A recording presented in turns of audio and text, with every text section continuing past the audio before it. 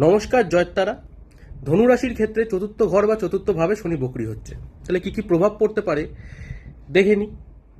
চতুর্থ ঘর বলতে কি বোঝায় বা চতুর্থ ঘর দ্বারা আমরা কি কি বুঝি? চতুর্থ ঘর হচ্ছে জমি, বাহন, এসব জায়গাটা, ভূমি, মায়ের জায়গা, মনের সুখ, এগুলো হচ্ছে সব চতুর্থ ঘর দিয়ে আমরা দেখি।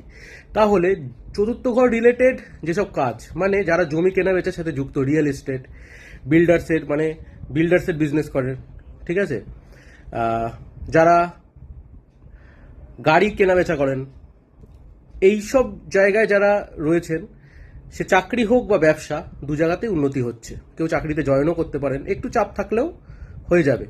যারা বাড়ি থেকে কাজ করেন, ধরুন বাড়িতে ক্লাউড কিচেন চলছে, বাড়ির সাথে যুক্ত হয়ে রয়েছে কোনো দোকান, সেগুলো কিন্তু ভালো মতো চলতে পারে, ঠিক আছে। আর এবার আসি সম্পর্কের দিক থেকে। চতুর্থ ঘর হচ্ছে মনের শান্তি, মনের সুখ, ঠিক আছে। তাহলে আমি যদি দেখি মায়ের জায়গাটাও, ঘরের পরিবেশ একটু ডামাডোল থাকলেও মানসিক চাপ কিন্তু আপনার বাড়তে পারে।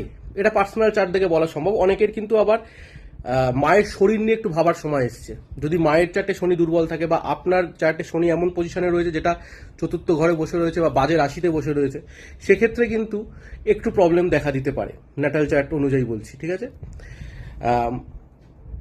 মায়ের সাথে একটু সম্পর্ক বনিবনা হতে পারে, একটু যত্ন নিন। শরীর খারাপ যেহেতু বললাম, হলেও হতে পারে, সবার ক্ষেত্রে না, তবে হতে পারে। আপনার দায়িত্ব বৃদ্ধি পাবে, বাড়ির জায়গা যেহেতু চতুর্থ ঘর, সেখানেও কিন্তু একটু দায়িত্ব বৃদ্ধি হতে পারে।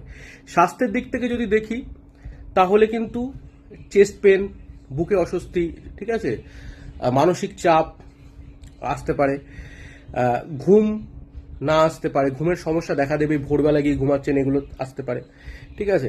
তাহলে কি করণীয়? এই সময়টা আপনি একটু ধৈর্য ধরে থাকুন এই কটা দিন, ঠিক আছে। আর অবশ্যই যদি খুব প্রবলেম হয়, তাহলে কোনো ভালো জ্যোতিষীর কাছে পরামর্শ নিন, তাকে দেখান, সে ভালো পরামর্শ দিয়ে দেবে, ঠিক আছে। আর নিজের কুণ্ডলী যদি চেক করাতে হয় আমার কাছে, তাহলে স্ক্রিনে দেওয়া নাম্বারে হোয়াটসঅ্যাপ করবেন। ধন্যবাদ।